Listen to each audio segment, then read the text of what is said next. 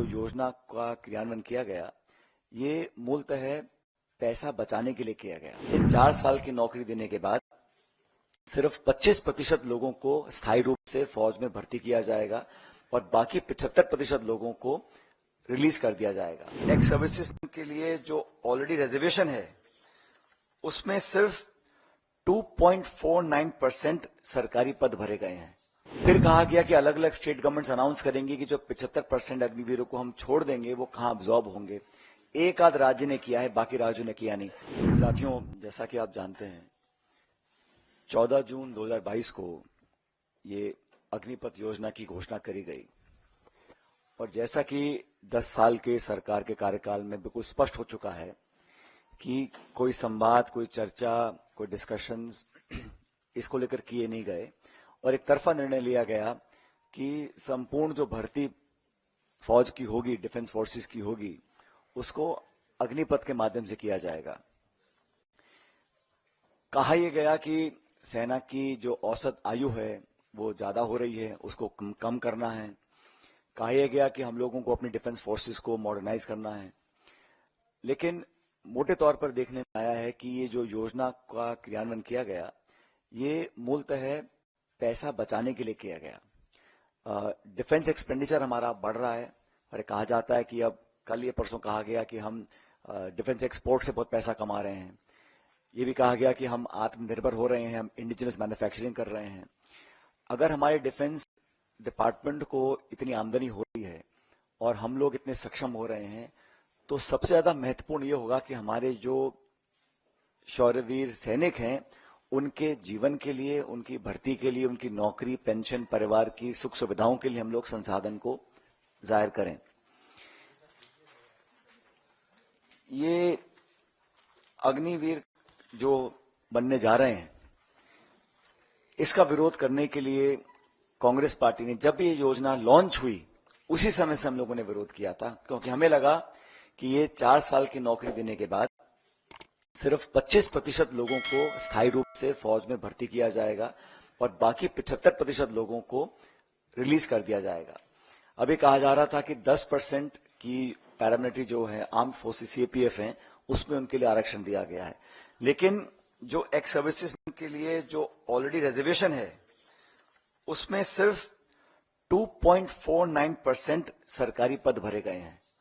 जो पूर्व सैनिकों के लिए पद आरक्षित हैं अब तक, उसमें सिर्फ 2.49% पद भरे गए हैं। फिर कहा गया कि अलग अलग स्टेट गवर्नमेंट्स अनाउंस करेंगे कि जो 75% अग्निवीरों को हम छोड़ देंगे वो कहां अब्जॉर्ब होंगे।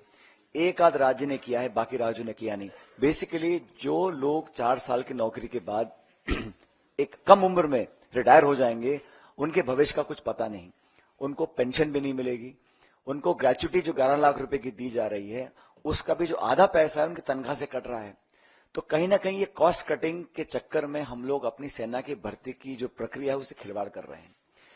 सबसे महत्वपूर्ण बात यह है, जिसके बारे में आपको दीपेंद्र जी बताएंगे, जो राज्य ऐसे हैं जहां सबसे ज्यादा भर्तियां होती हैं, जहां लोग चाव से, शौक से और एक मातृभूमि की रक्षा करने की भावना से सालों तक प्रशिक्षण करते हैं, तैयारियां करते हैं और एक गांव में माहौल होता है कि हम फौज की भर्ती की तैयारी कर रहे हैं। ऐसे लगभग 2.25 लाख लोग हैं जिनको आपने भर्ती दी लेकिन ज्वाइन नहीं कराया। उन्होंने बहुत लंबे समय से वो धरना देने, अपनी मांग को रख रहे हैं। हम लोग कहना चाहते हैं कि अगर ये भारत सरकार G20 पे 4100 करोड़ रुपए खर्च कर सकती है, प्रधानमंत्री के हवाई जहाज के लिए 8400 करोड़ खर्च कर सकती है, सेंट्रल विस्ता प्रोजेक्ट के लिए 20,000 करोड़ खर्च कर सकती है और इस वर्ष सरकारी इश्तिहारों के लिए 6,500 करोड़ खर्च कर सकते हैं, तो मैं मानता हूं कि हम लोग सिर्फ पैसा बचाने के लिए अपनी भर्ती की पूरी प्रक्रिया से खिलवाड़ करें।